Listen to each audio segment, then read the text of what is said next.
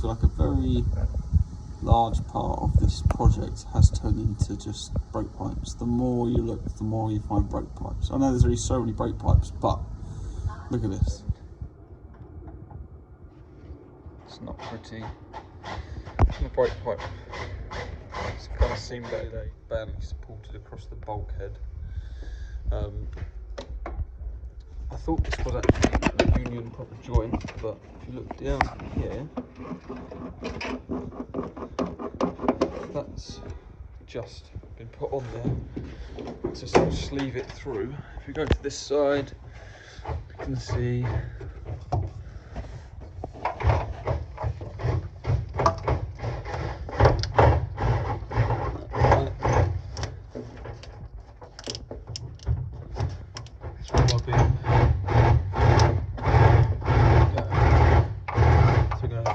that out. I think we're going to run the other brake pipe across there with it to the outside front. Obviously that one comes through the car to the bias valve and it tees off at the back, so we'll replace all of that.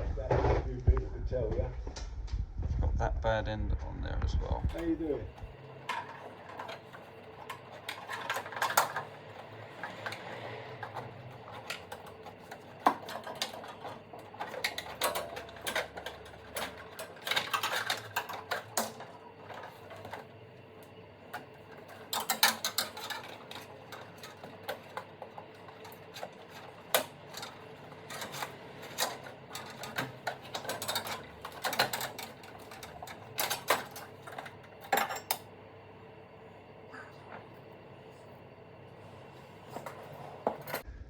This is one of the rub marks, one of the reasons we're changing this pipe.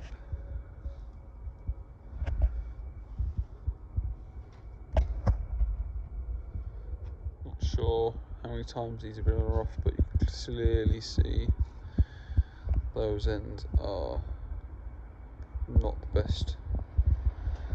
So we're going to make a whole new pipe. We'll probably run this one through the inside of the car. It's the best way of doing it from what we can see. There's nowhere really to secure the pipe nicely on the bulkhead. So we're just making up new brake pipes. So we'll go in nicely, looking nice and neat. We've undersealed the arches underneath. That's just an old pipe there just for a test fit. It's all looking nice. Remove the T-piece because that was bolted to the inner wing down here and there was no washers on it, so that was about to pull through. It just had a 10mm head. That was about to pull through. See where it's been rubbing in there. Move that onto the bulkhead so it's a bit more secure, so not big washers in there. Just waiting for some pass-through fittings so we can go through the bulkhead with these pipes. I'm going to run obviously the rears of go inside.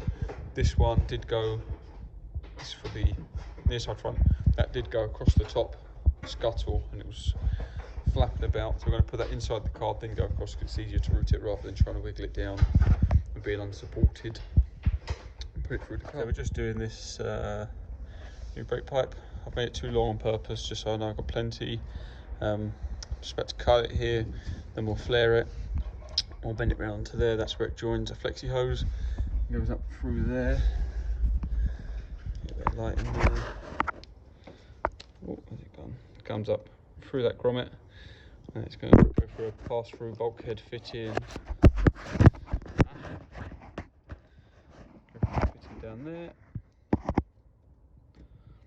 Yep, so it goes through that fitting into the car and it will pass to the other side.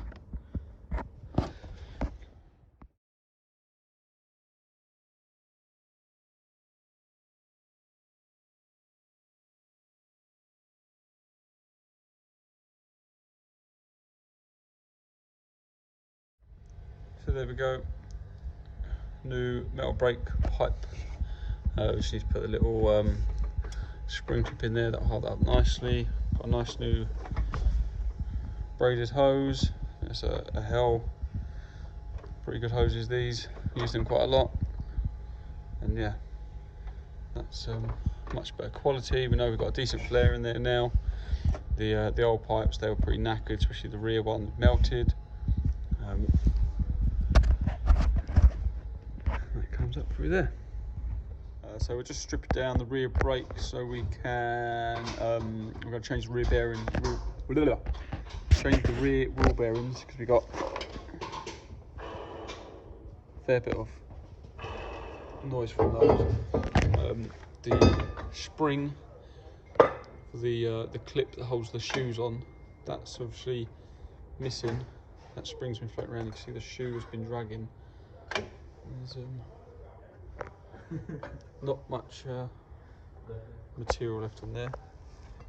The disc itself isn't too bad, but we'll get the run out gauge on that and have a look. Look at the tolerances, see how worn they are.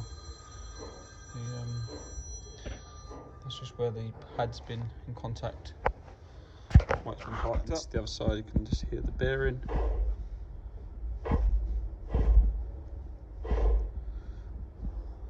This brake pipe's been replaced at some point, so it's got a bad flare on there.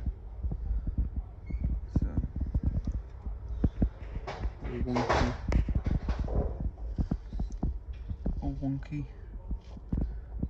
And under the rear section of the car, a little diff above our head. Where this goes through to the inside of the car, it runs through inside, then goes through the bulkhead, coming through to go to the rear flexes. That has been put through. There might even be a seat belt threaded part with a load of mastic, and you can see it's quite shiny there. It's got a rub mark on it, a vibration.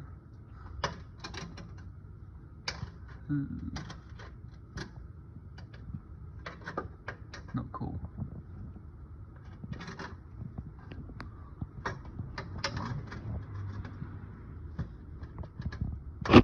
Not the same one.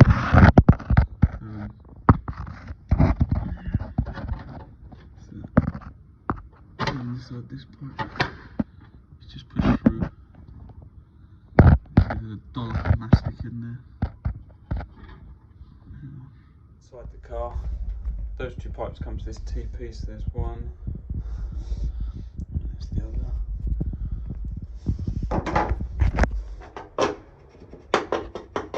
So we're going to put a pass-through union just here. This is under the back seat area. It was coming through the seatbelt bolt hole.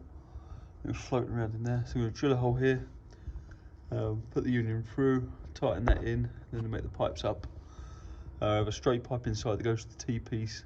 This side will loop round, it will join where a flexi goes, and the flexi goes down, it joins the arm here onto another solid pipe, goes out to the caliper.